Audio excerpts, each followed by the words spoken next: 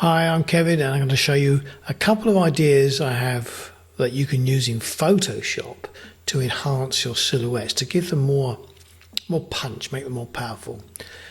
Let's get rid of me and let's bring this picture to the foreground and let's see what we can do with this. So what you should be able to see now on the right hand side is the layers panel, and if it doesn't appear then it's F7, which makes it appear automatically. Otherwise you find it in the Windows menu and you scroll down to layers there. And the first thing you'll notice, and I've actually got rid of it, come back in, you'll notice that there's already a layer there, and that's the background layer, that's the layer we're looking at. I'm going to make a copy of that. I'm using a Mac, so I'll press Command J. On a PC it's Control J, and that always just copies what you're doing onto a fresh layer. So if you watch the layers here, as soon as I hit Command J on a Mac or Control J on a PC, I get a duplicate. And so I'll just click on that and type in duplicate. Alright, good.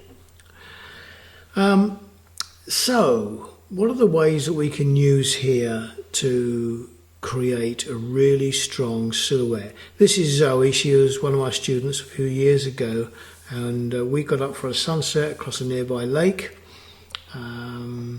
It's about 5 o'clock in the morning. We were very tired, but the sun was spectacular. Now she's already fairly dark, but to make her really black there's a couple of options, and one of them, the simplest one, would be actually just to blend these two layers together using, from this drop down list, multiply, and immediately she goes very dark and the whole scene goes dark. There's a lot of contrast going in there, and that could be good enough for you. If you want to adjust just how much darkness or how much multiplier the multiply blending mode is applied, you've got an opacity control here, and as you take it down it removes the blending completely, or you can just kind of push it up to where you want it to. Now you may say, well, that's not a full silhouette, maybe I'd like to go a little bit more, in which case I'll make a duplicate of that. Again, Control J or Command J, and there we go. And again, that new layer, I can adjust the opacity of to give me a layer that I want, a silhouette that I want.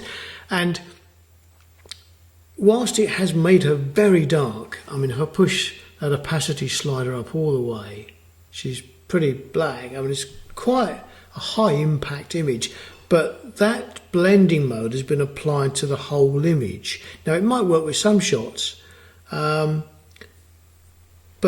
generally, if once you blend a photograph, an image, everything in it is blended, and you kind of, it's a very blunt way to get to where you want to be.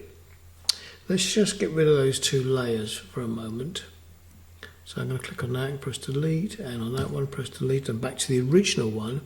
Another way of doing it, let's create a Control J or Command J for a new layer, and on that top layer I'm going to bring up the levels command, which on a Mac is Command plus L, and on a PC it's Control plus L. Here we go. It's brought up the dialog box of levels, and this is a bit like a histogram on the back of a camera. So your dark areas of the photograph are in this part, and there are a lot of dark bits to this image, so you see the graph is peaking around the dark end. This end is where the highlights are, and there's not much going on here. Most of the activities are around the dark end, and if I grab the slider from the dark end and move it across, the whole picture goes really dark. So I've got some control over that, got some control, and I'm just going to make it very dark.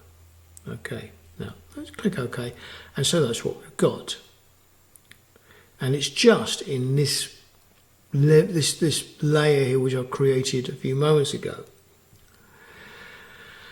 But again, the whole image has been affected by this control, and what we really would like to do ideally is just darken, just work on Zoe herself without affecting the rest of the picture.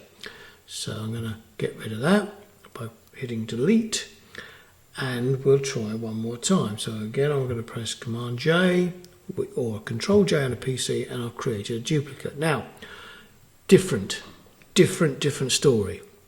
This time I'm going to go to the left hand tools panel, and I'm going to pick Quick Selection Tool. And I can control the size of the tool by my square bracket keys on the keyboard. So left makes it smaller, right makes it bigger. And I'm just going to draw around Zoe, and it's detecting the edges of her against the background. There we go. Done a pretty good job. It's left a gap between her arms. That's really good. Kind of think I might want to leave that. Shall I? Yeah, I'm going to leave that light area because it is naturally catching the light from the sun.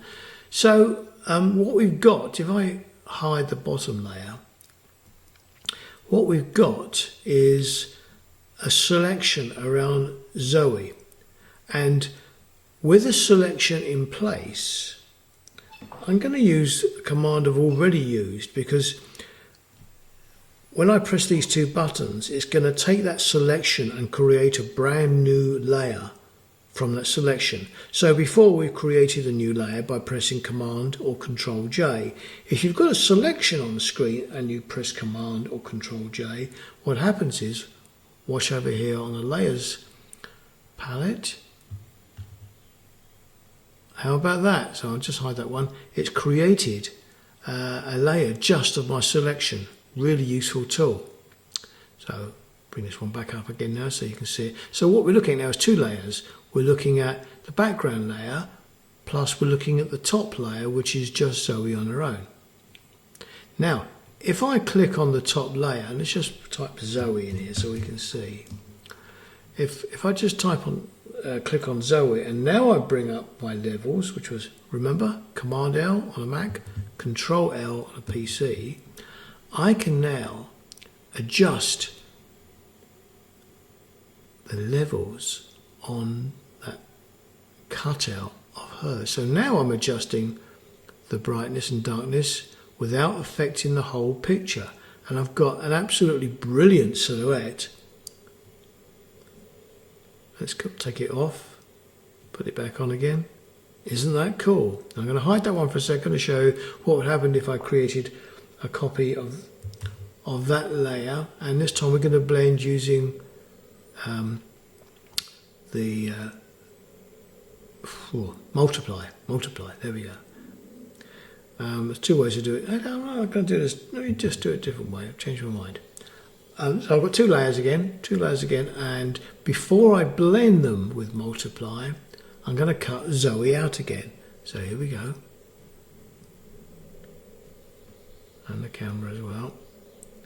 Okay, and I'm going to hit Command J, which gives her her own level. There she is. And I'm going to blend her with the layer beneath using multiply. And look, she's gone dark again. Now, that's a simple way of doing it. I actually think you've got more control using the levels, because you can go as dark as you want, and if you go really, really super dark, you can just bring it back using the opacity. But the principle's the same. Whichever your chosen method is, either blending two layers using the multiply blend mode, or as in the case of this one, I used levels to darken down the image. Both will work. But what I've done is just darken down the main subject, in this case Zoe. She's become a perfect silhouette, or pretty close, and the background image has not been affected at all. So give that a try and see what you come up with.